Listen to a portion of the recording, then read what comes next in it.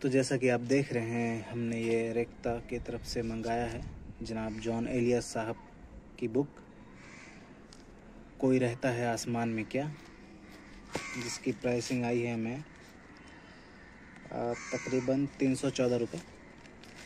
तो इसे हम अनबॉक्सिंग करते हैं। और ये जैसा कि आप देख रहे हैं,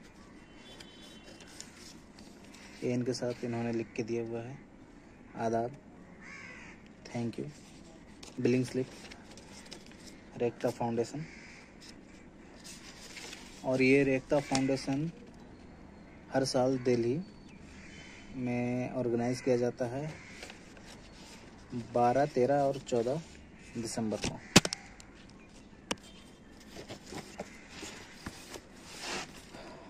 फाइनली जॉन एलियस साहब हमारे हाथों में मौजूद हैं।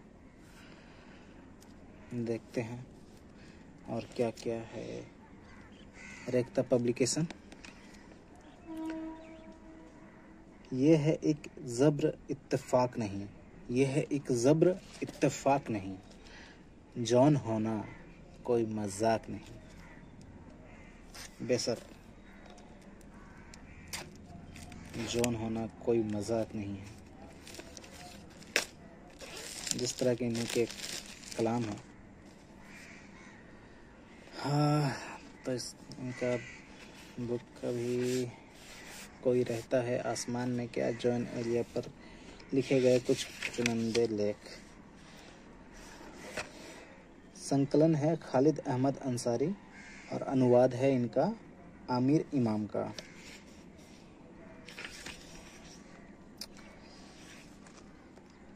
और यहाँ पे बकायदा इन्होंने लिख रखा है, जॉन एलियस के प्रशंसकों के लिए।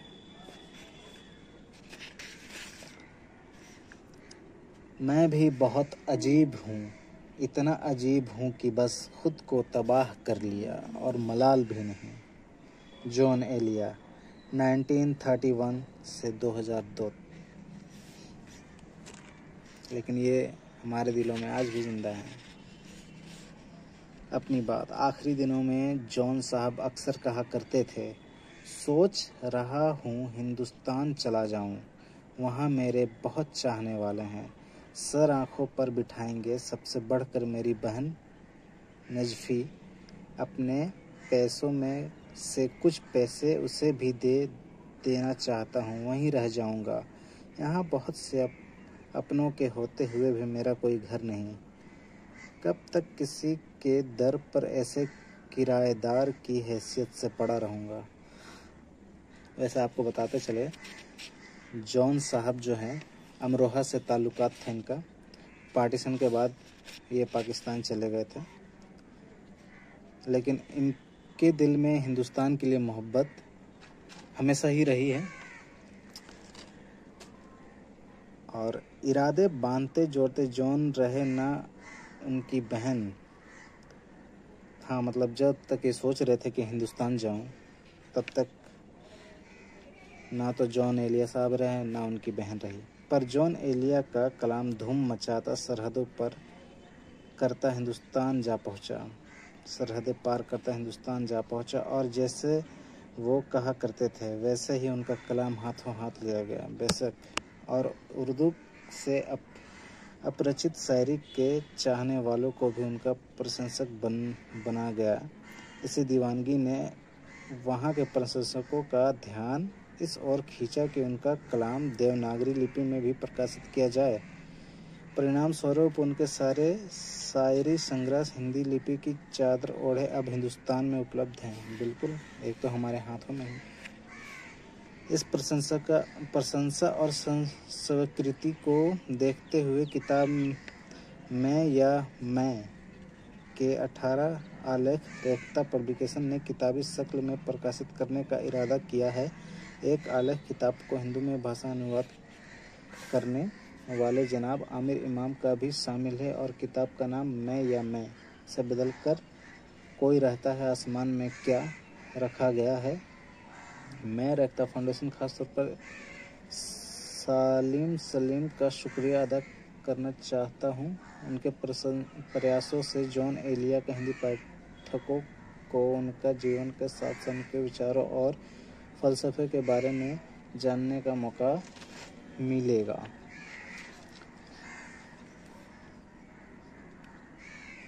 चलिए आपको कुछ जॉन एलिया के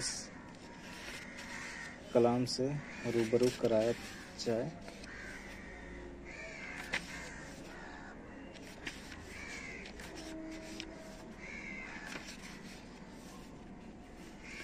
मेरे सामने इस वक्त जॉन को सिर्फ गज़ल की शायरी में मौजूद है।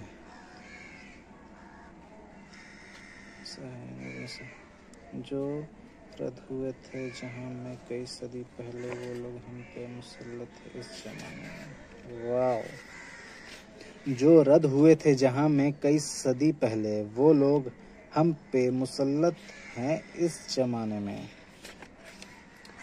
कल दोपहर अजीब सी एक बेकली रही, बस तीलियां जला के बुझाता रहा हूँ मैं।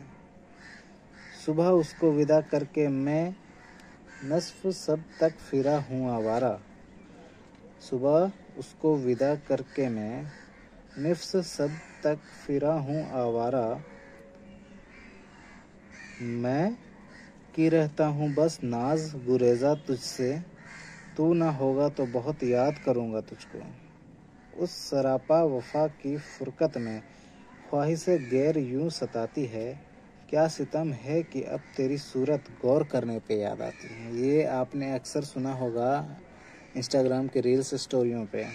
क्या सितम है कि अब तेरी सूरत या गौर करने पर याद आती है। ना करो बहस, हार जाओगी, हुस्न इतनी बड़ी दलील नहीं, सर